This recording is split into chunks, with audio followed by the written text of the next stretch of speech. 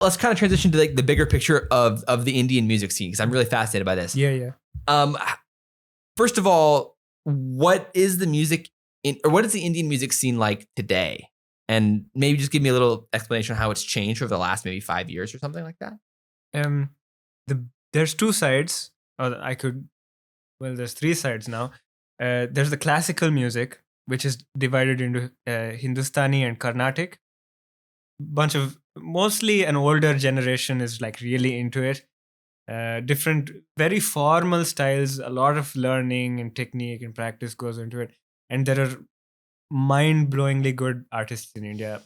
But the young people, I've very, very rarely seen someone our age who's like really into that stuff.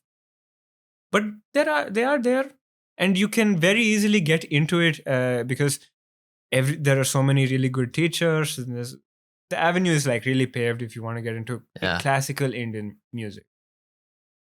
Then there is, for the more contemporary side, there is of course film music, T-series, Bollywood, where all the money and the glamour is, but it's a pretty cutthroat industry, obviously.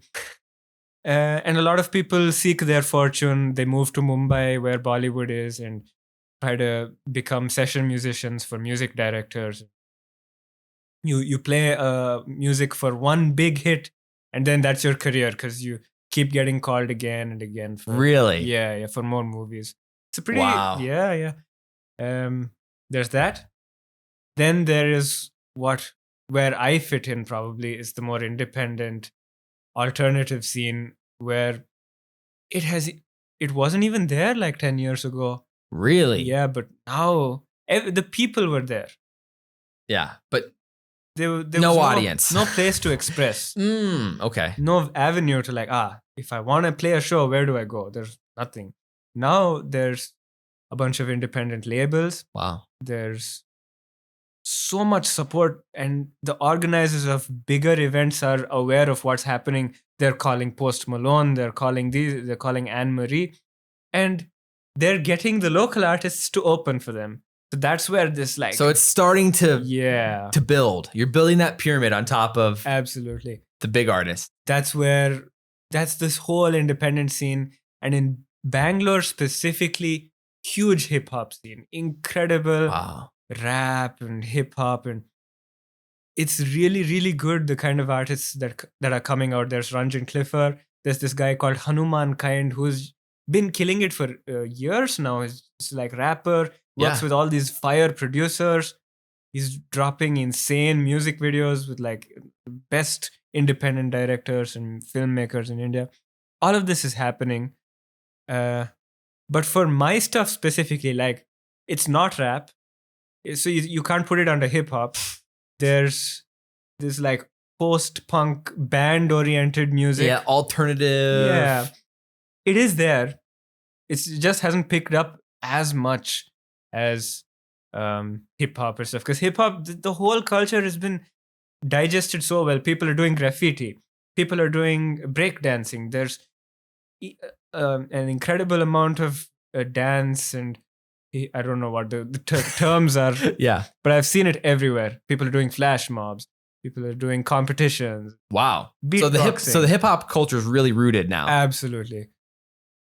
Bangalore is famous for its like metal scene. So a lot of like Lamb of God is performed. Suicide Silence is performed. And all these really cool big metal acts have come to Bangalore. And there is a scene, but it's just metal. They haven't branched out more into...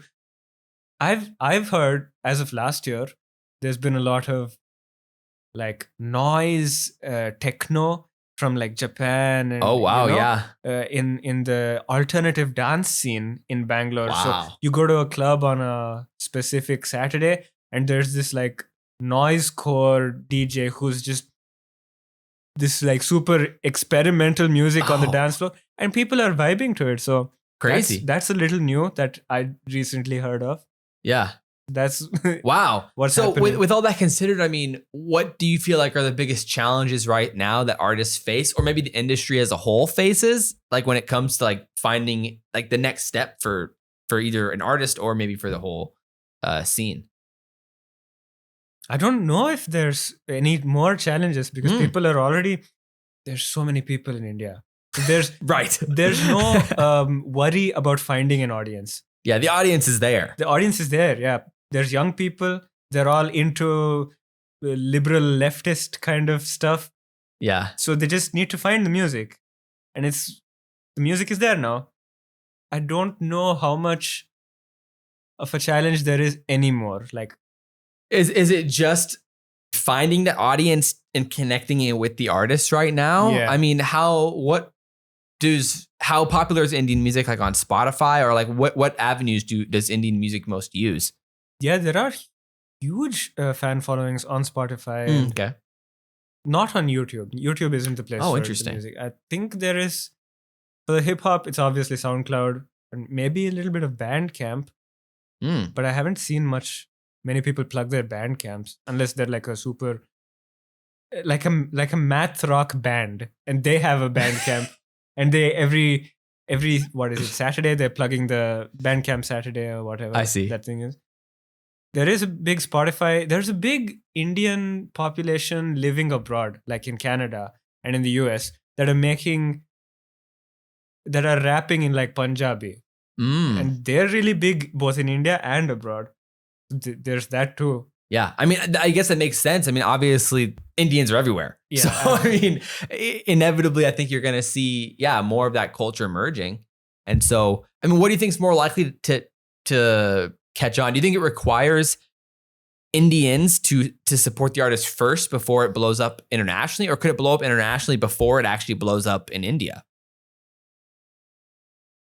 I think either way works. Mhm. Wherever your audience starts, like there's this Punjabi Canadian rapper AP Dillon.